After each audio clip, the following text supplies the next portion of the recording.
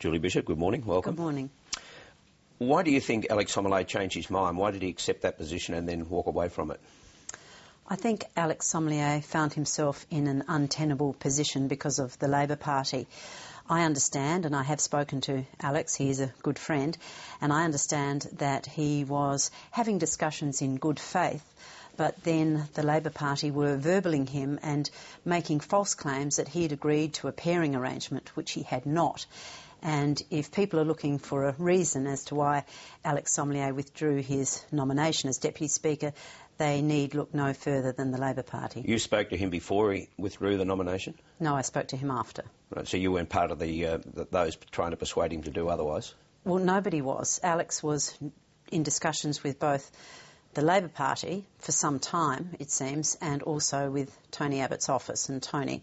And my understanding is that he found himself in an untenable position, that the Labor Party were briefing out that they had managed to secure somebody from the Liberal Party, undermine Tony Abbott, that they'd got somebody to be in this pairing arrangement, and that was not the case.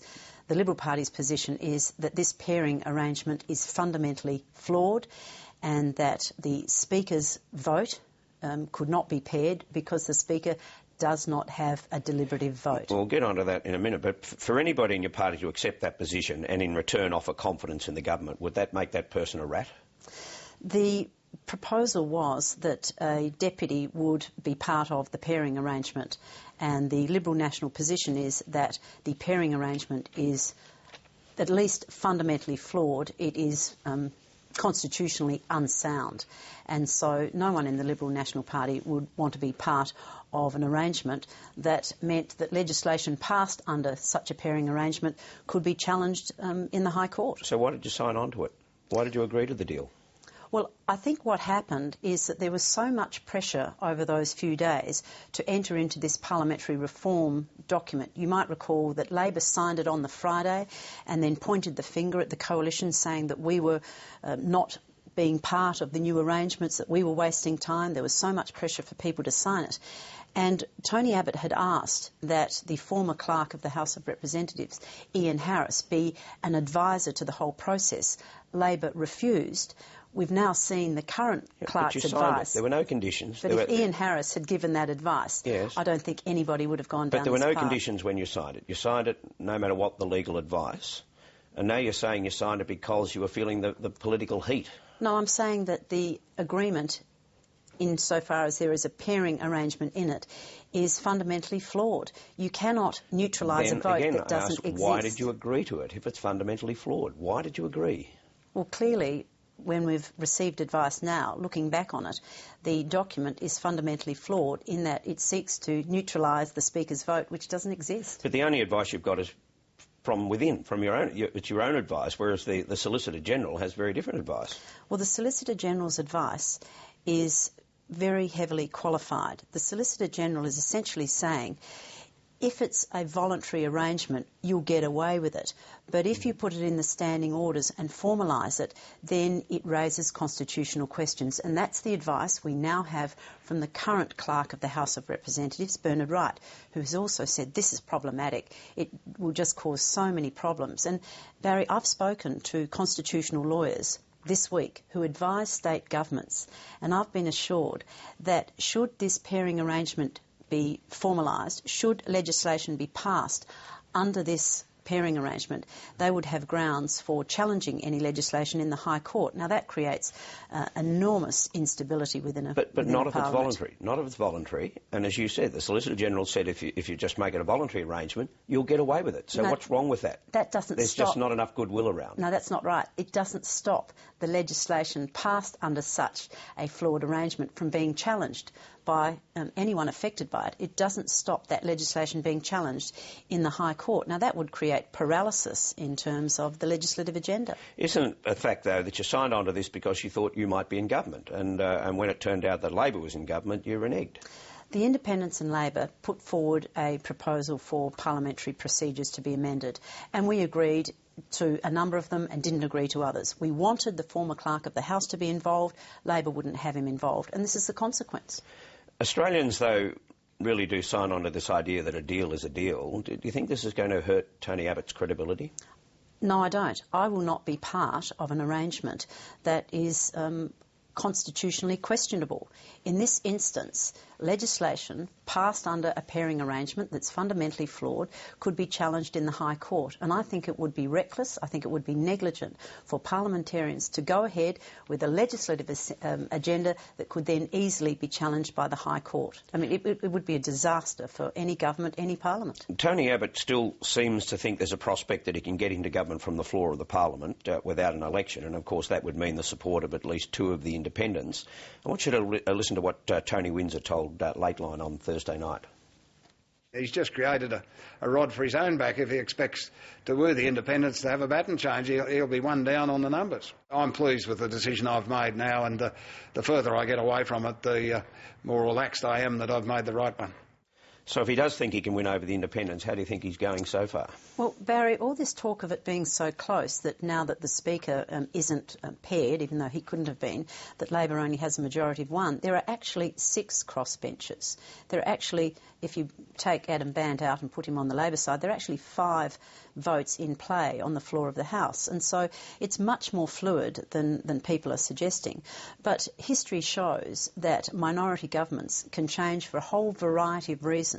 And Tony Abbott is saying no more than look back at history and see the circumstances when a minority government has changed. It's changed through independents moving from one side to the other, through by-elections, through the government losing control of the business of the House, a whole number of reasons. Well, Bob Catter is another of those crossbenchers, and he said, I think that Tony Abbott has established a most unfortunate reputation for himself.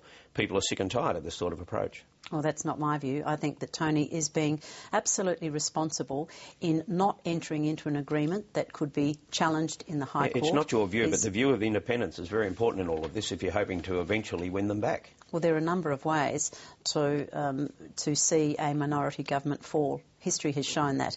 And usually, as I read the history books, usually it's because the government's lost control of the business of the House. It appears, though, as if you've really given up on the independents, and what you're aiming for now is to create some sort of chaotic situation so that you're better placed to win an election at the end of it all. Barry, we will take it day by day. There's a lot of water to go under the bridge. The government has announced a legislative agenda. I must say that most of it looked like the legislation that didn't get through the last parliament before the election. Most of it looks like housekeeping. None of it relates to the government's election platform that it took to the last election. There's nothing on the mining tax or tax reform. There's nothing on this East Timor solution. There's nothing on population growth. There's none of the government's legislative agenda.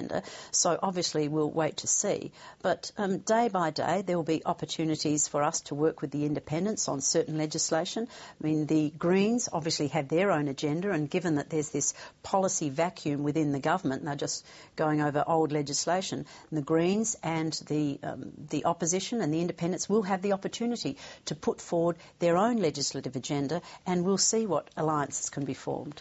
Okay, on foreign affairs, Julia Gillard, it seems, is about to assert herself in foreign policy. She's got a whole range of conferences coming up overseas. That's pretty much what you were suggesting from the start, that she ought to be doing this and not Kevin Rudd. Yeah, I was looking at that film footage of Kevin. He looked pretty comfortable over there in the UN, didn't he? Perhaps he did, but do you think it's right now that Julia Gillard should start attending? I think there are 4 conferences between now and December. Of course it's appropriate for the Prime Minister of the country to attend leaders' forums. I think the point that we've been making is that Kevin Rudd clearly feels comfortable in the role as Foreign Minister, but I think he believes that he's actually the legitimate Prime Minister, and given the events of the last few months you can understand why he might well think that. And there's been, I would suggest, unprecedented media focus on Kevin Rudd's first trip overseas as Foreign Minister. It is a relatively routine trip for a Foreign Minister to attend the United Nations, the General Assembly, the Millennium Development Goals Summit. It's relatively routine, but there's been enormous fascination with Kevin Rudd's trip. And I think it's because people are still very curious as to the events surrounding Kevin Rudd's removal as Prime Minister and his emergence as Foreign Minister. And people are very interested to know what went on the night of the 23rd of June and the 24th of June, and that's why there's so much focus on Kevin Rudd as opposed to what's happening back home. And because he's a former Prime Minister, that's obviously giving him more access than perhaps most foreign ministers could demand. Barack Obama, for example, gave him an unscheduled visit. Well, you would expect Kevin had arranged to be at the White House. You would expect that if President Obama were there and it was appropriate for him in terms of his diary scheduling, that he would drop in and say hello to an old acquaintance. Perhaps he was giving him his condolences. And on the Commonwealth Games, the government's approach seems to be that they inform the athletes of the risk and then they leave it to the athletes to make the decision. Is that the way that it should work? Look, it's understandable that a government would want to leave it to the athletes to make the decision. But I think in this instance, the government having access to so much security and intelligence information, what they need to do is give the athletes their assessment, that is the government's own assessment of the level of the security risk and the adequacy of the security arrangements, the government's opinion of it. It's all very well to tell them to read a travel advisory, and that's a travel advisory that's available for all people contemplating travel to India. But I think in this case, given the heightened concerns, that the government should provide the athletes and the Commonwealth Games generally with their assessment of the security risk, give more guidance as to what the government believes the position will be. Now, no government can give a guarantee as to the security arrangements, but they're on the ground, they have access to a whole range of security information that the athletes possibly cannot access, and so I believe the government should give more guidance. Well, they got some guidance this morning too, not from the government, but that they should keep a low profile, not fly the flag, don't wear the colours when you're travelling around. It's all a bit of a worry, isn't it? Well, that is rather disturbing, and I think that's why the government needs to be quite clear on what they're actually trying to say to the athletes. As I said, it's all very well to get people to read these things. They're not experts in security and intelligence information or assessing of it, the assessment of it. So I think that they do need more guidance. But overall, I believe that India should be given every opportunity to stage these games. Obviously, progress has to be made, and I understand progress is being made, both on the issue of security arrangements and also the adequacy of the facilities and the venues. So I think we should support India as much as we can. They've obviously invested a great deal of time and effort and national pride in this, and I think we should give them that opportunity to stage the games. And just finally, you sit on the board of the West Coast Eagles. Where do you sit on replays or extra time? I'm a traditionalist. I think there should be a replay. Of course, everybody going to the game yesterday would have realised that had there been a draw, there would be a game next week. And it's not beyond possibility that grand finals are drawn. I mean, my team, the West Coast Eagles, lost the 2005 grand final by 1 point and won the 2006 grand final by 1 point. So a draw is always on the cards, and everybody knew that if there were a draw between Collingwood and St Kilda, it would be back at the G next Saturday. We knew it, but it's still tough to deal with it. It is, and the emotion was so high. I can imagine why I understand why people wanted to have more time. They wanted a result. I know how they feel. I do know how they feel. We had to wait 17 days. At least the AFL only have to wait 7 days. Thanks for your time this morning. Thank you.